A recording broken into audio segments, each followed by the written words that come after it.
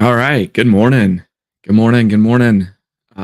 Really good morning if you're on the West Coast. Still very early over there. Let me just check something real quick. Make sure that test one, two. Here we go. Good morning. Good morning. Good morning. Hope everyone is doing well. Um, Hope y'all have had another great week. I can't believe it's Saturday again already. Holy cow.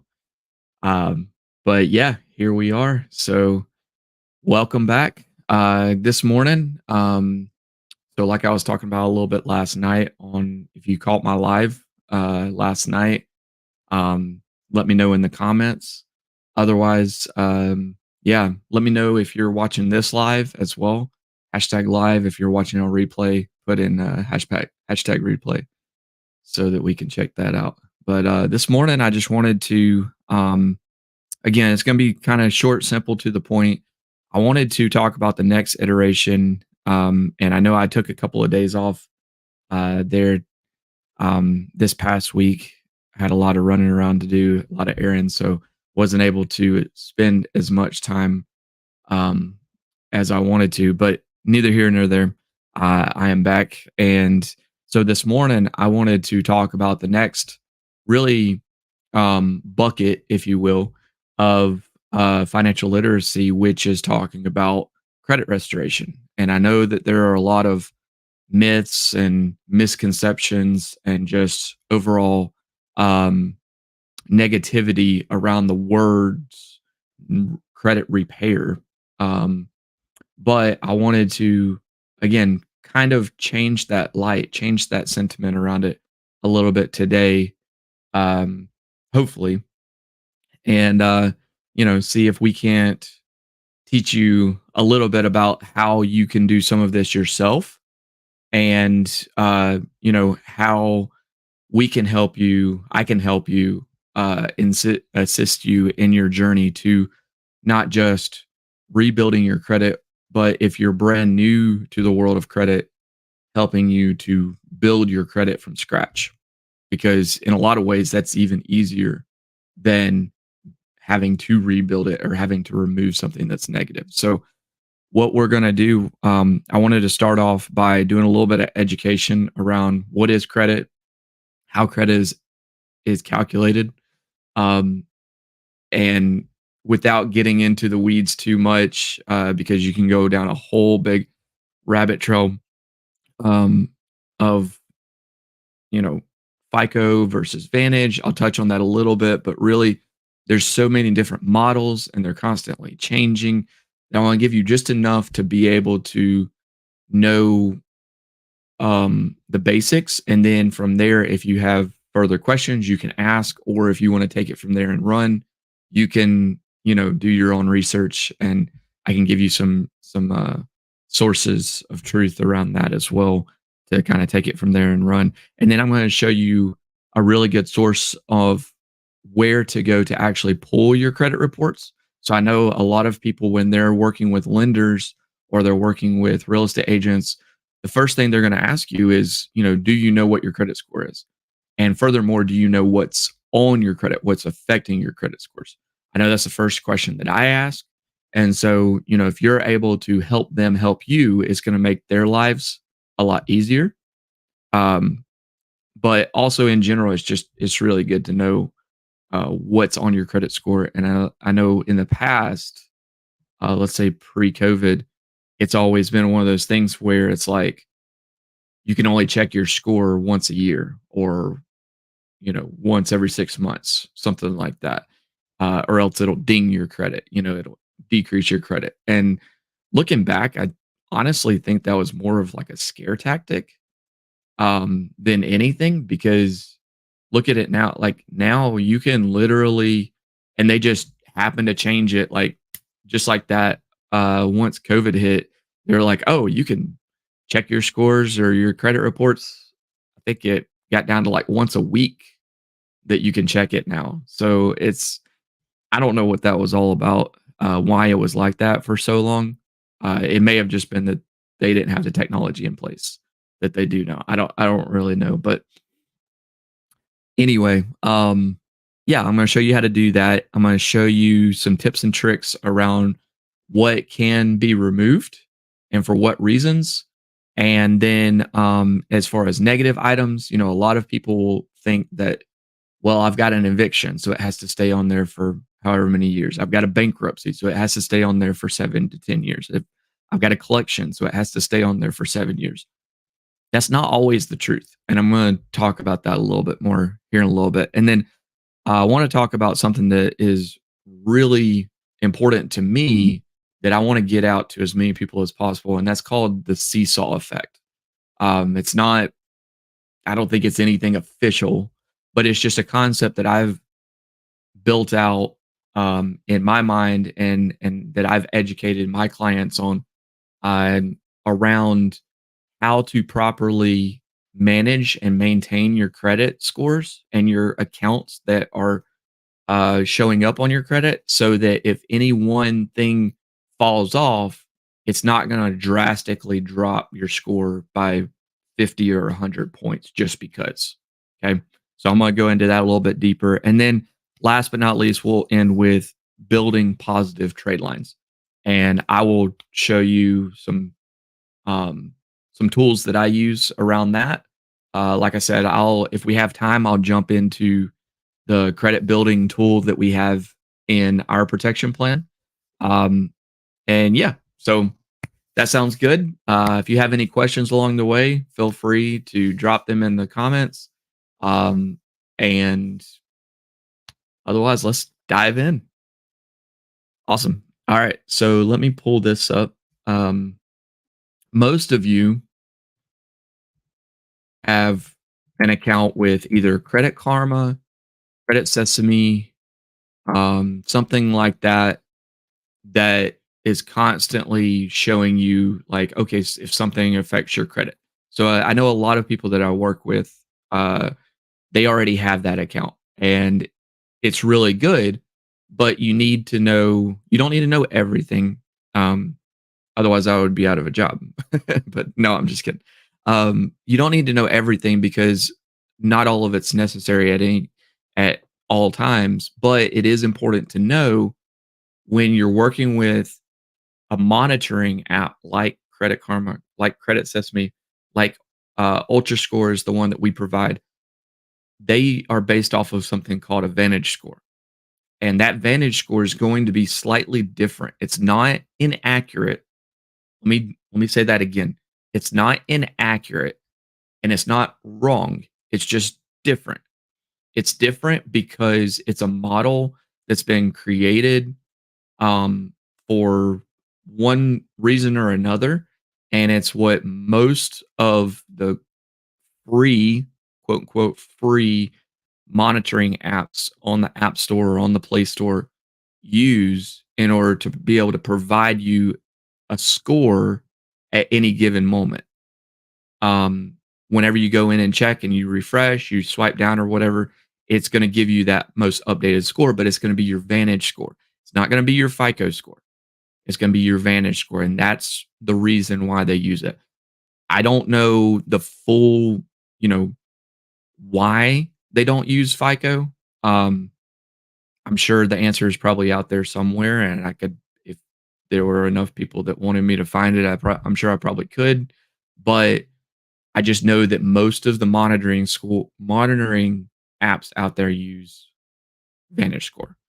Um, so with that being said, we are going to start with one of those. We'll start with Credit Karma.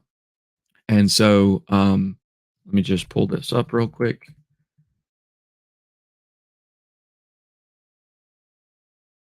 Um, so with that being said,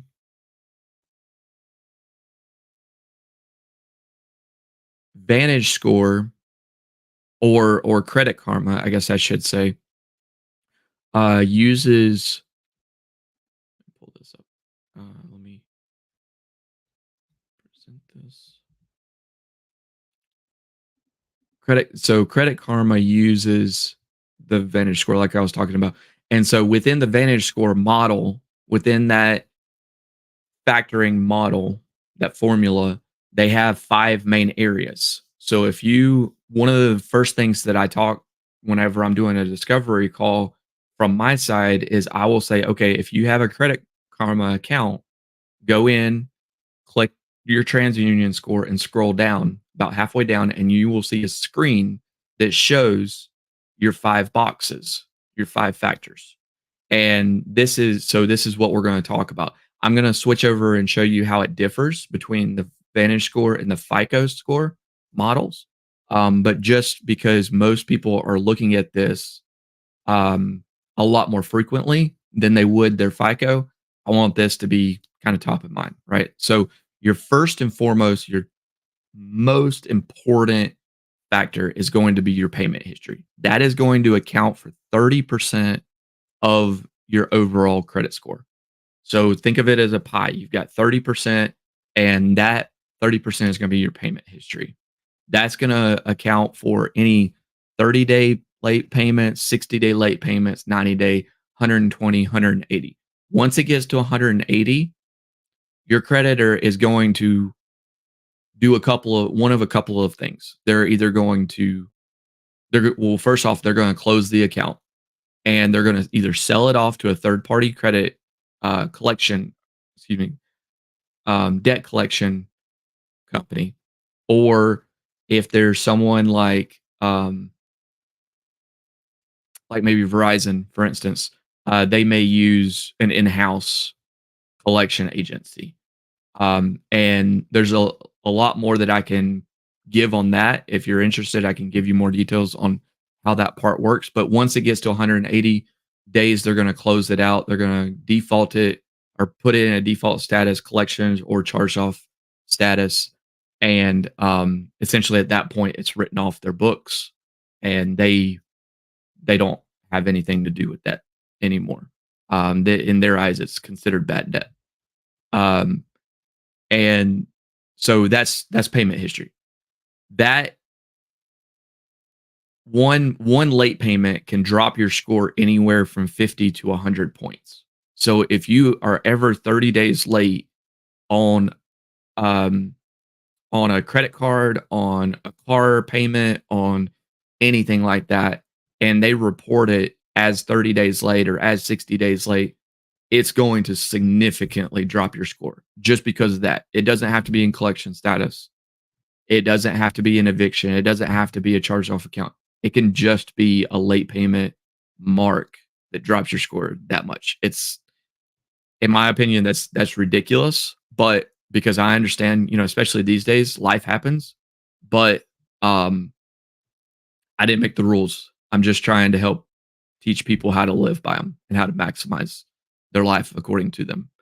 The next factor is credit usage. So credit usage is going to be this is kind of a little confusing to some people, but it's your credit utilization rate, your credit card utilization rate. And so think of it as like let me change my screen real quick and I can show you. So think of it as a math problem. So if you have, let me pull up. Um,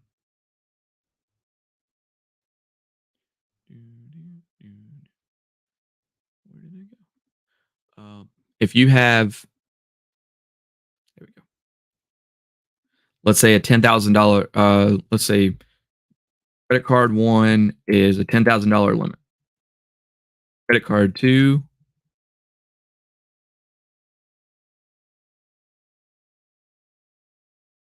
is a $5,000 limit.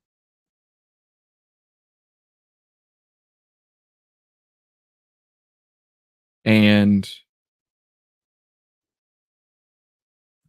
credit card three is a, I don't know, $3,000 limit. So obviously we can all add $18,000 in total. $18,000 total. And let's say credit card one, you put gonna use some obscure number, $1,753, Credit card 2, you put $2,438. And credit card 3, you put uh, oh,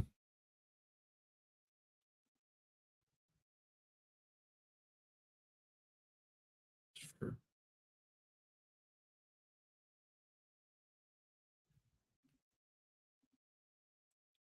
ease of purpose, let me pull this up.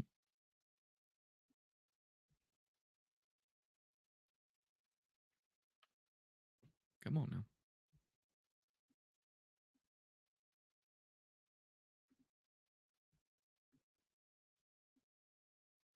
Okay. So, just want to be funny this morning. Move this around. Sorry, guys. Move this around. Okay. So, the first thing we would do is okay. So, and again, this is all for the most part um, going to be shown, but well, that was an easy one. I should have known that one. But 18%, 17.9%. And this is going to be around 50%. 438 divided by 48%, 48.7%. And then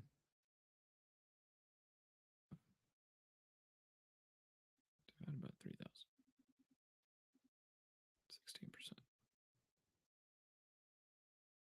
16%. Okay, so this is how most people look at it. They're like, okay, I've got $10,000 on this one. It's only at 17%. I've got something. I don't know why it didn't. It isn't showing. If is it showing for you guys? Not sure what's going on. Let me see. Technology's wanting to be funny this morning. Do, do, do.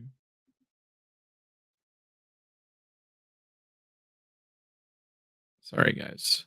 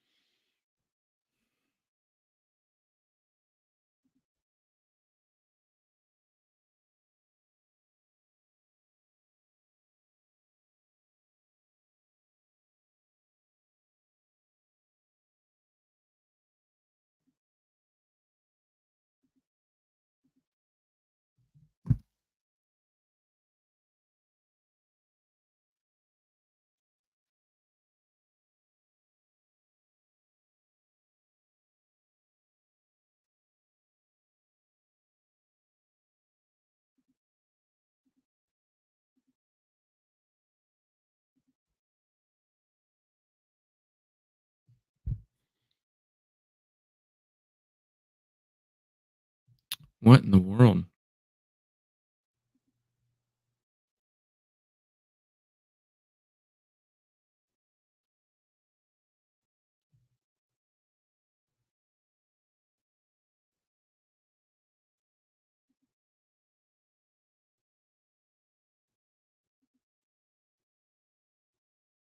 Hello?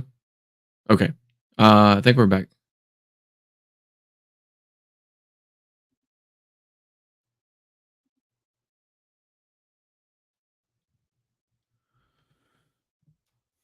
Maybe not.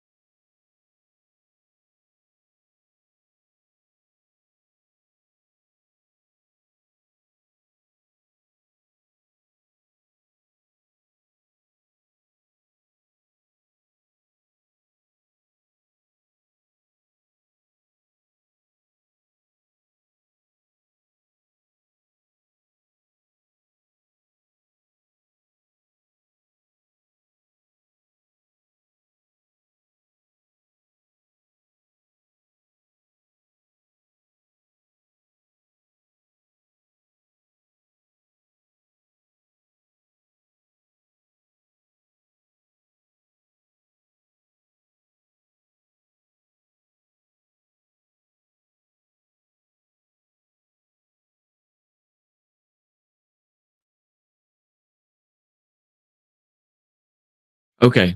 I don't know what the heck happened.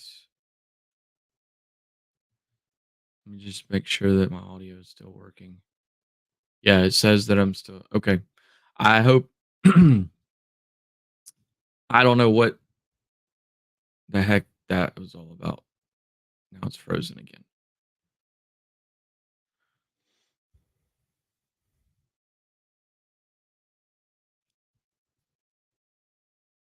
Okay? Am I good now? Goodness gracious. I don't know. I don't know what that was all about. Okay. So let's just keep going. Um,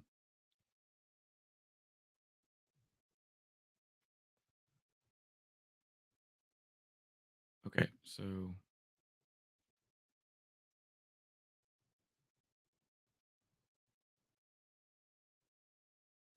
I'm trying to bring my screen back up. Sorry about this, guys. I don't know what's going on. StreamYard is just not wanting to cooperate this morning. Let's see what's going on.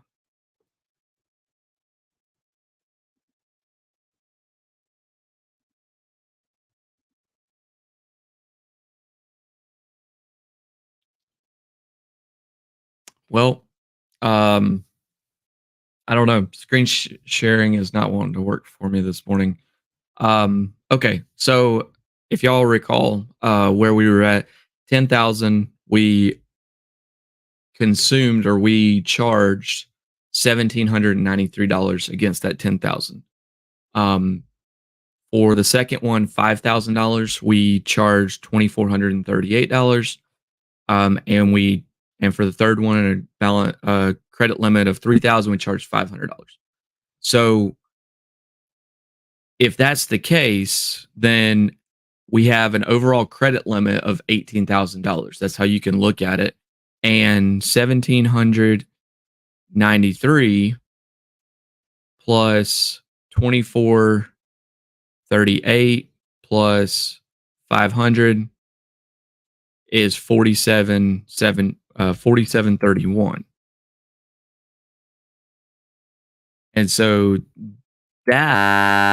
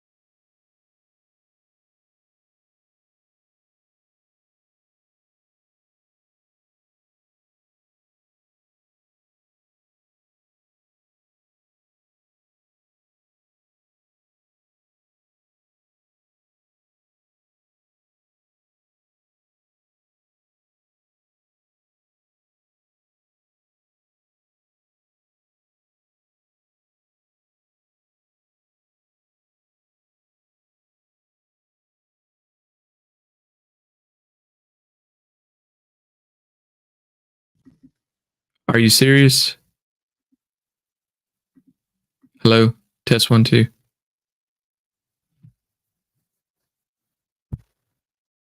Test one, two. Can you not? Now you can. You've got to be kidding me. Holy smokes. Okay. Wow. I was on a roll too. I was on a roll. Man, dadgummit. No wonder it said that nobody was on. And my computer, my streaming glitched earlier as well. So that was so much good information too. Well, I have it recorded on my phone, so I'll put it out uh, that way. But I guess I can start from here. So the seesaw effect, as I was saying, you want to have a balance between installment loans and credit cards. And so, um, once that installment loan is paid off, it goes away. And so that's why you want to have enough in credit cards and payment history and account age to supplement the that removal of or that where that installment loan is removed and that payment history and that account age is no longer there. So between those two, that's how that seesaw effect works. Um, and so that takes me into building positive trade lines. If you need an installment loan, if you're currently renting, then you can actually use your monthly rent payments. I can show you how to do that. You can actually use your monthly rent payments and it will show up on your reports essentially as a version of an installment loan, and it's ongoing. It's ongoing for as long as you live there. And so that will continue to build on that side of the seesaw. And so when you have that, then you pair it with, let's say, 4 to 6 different credit cards um, that are on average below 10% utilization rate, and you rinse and repeat those credit cards for six months or more, your credit score is going to be looking really, really good. And at that point, it's just a matter of keeping it as long as you can to create that depth and create that account age. So, um, yeah, I don't know what else I could talk about. Damn it, I went through all of the 5 factors. If I missed something, if I was on mute essentially, and y'all missed something, please let me know. I know this is on Facebook Live, so this is going to be out there, but I will jump back on tomorrow and kind of do a recap again, or maybe not tomorrow since it's Easter, but I'll jump on Monday and do a recap, and that will kind of bring me into the next section, which is I want to do a part 1 and 2 on a deeper dive of the protection plan itself and how this builds and specifically builds, organizes, and protects all aspects of your financial literacy. And that will go into then specifically around solar. I want to do a couple of sections around solar and really kind of dive into really how solar can help you from a financial literacy perspective and really get into the weeds. I'll probably do a part 2-part, 3-part section around that. And then we will kind of go back and forth between there. I also have a couple of people that have expressed interest around how to properly invest as it pertains to your financial literacy, how to properly utilize life insurance as it pertains to financial literacy, as it pertains to your goals, as it pertains to your long-term wealth growth. And then I also have a couple of people that I have in mind that I want to see about bringing on from a real estate perspective. And, just again,